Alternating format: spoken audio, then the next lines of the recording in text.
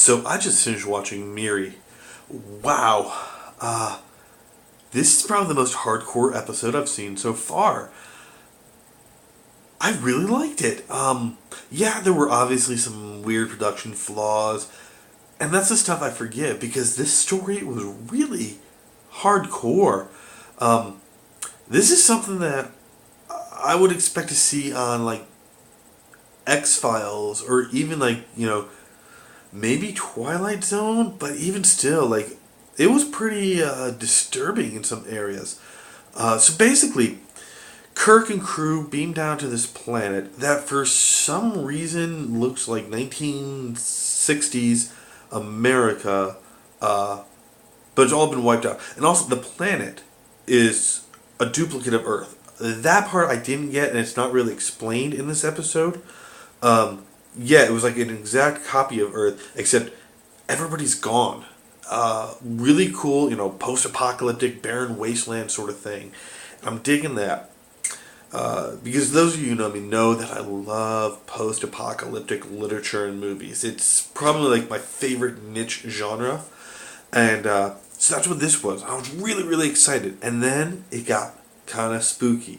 Yeah, okay, retro sense, spooky, 1960s. I can see why this episode was like banned from the BBC. Yeah, Star Trek was banned. That's kind of cool. Anyway, so the crew beams down and they find this girl named Miri. And she's telling them stuff. So basically, all the adults are gone, and all that's left is children. And this is one of the really interesting decisions, I thought.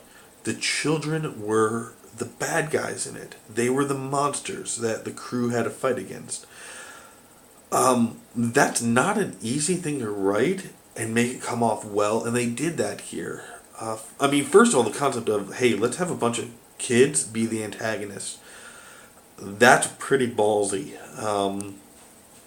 And they pull it off really well.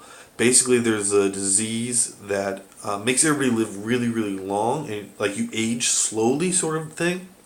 I guess we could call it like the Wolverine disease. And when you reach a certain age, like when you come to puberty, you turn into a monster, and you age like super fast, and then you die. That was a really cool. I wish we got to see a little bit more of that. So there's these kids who I guess have been like alive for 100 years, maybe more, but they're still little kids, and there's no adults around to teach them anything, and so they kind of run everything. But Kirk, Spock, and Bones are there, and they figure out, hey, you know what? Everybody's going to die. There's no food left. These kids are all going to starve. We need to help them. And of course, the kids are like little monsters, and they attack and they try to kidnap Kirk and the team and disrupt them. And the whole time, Kirk and Bones and Rand was with them. They all wind up getting this disease, and so time is running out and everything. That's what I really liked.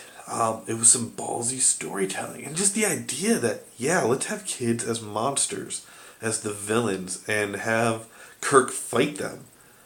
That's disturbing. So anyway, of course, the three main characters are going to get out of it just fine. That's the toughest part for me to watch on this is I know that they make it to the end. It's not like a Joss Whedon piece where you really don't know who is going to make it or not. He'll kill off characters mid-episode, sort of thing. But anyway, I liked all that. Interesting side note, the actor who played Dill in To Kill a Mockingbird was one of the kids in this. That's kind of fun. You take a movie like To Kill a Mockingbird, which is about as wholesome as you can get, while being as serious as you can get at the same time. It's one of those like almost perfect movies, and now he's in like this evil role. That was kind of fun. I liked that. I don't know how many other people picked up on the fact that it was the same actor, and honestly, I can't even remember his name. And so, if any of you guys know, or are curious to know, just look it up. So anyway, Miri, really great episode.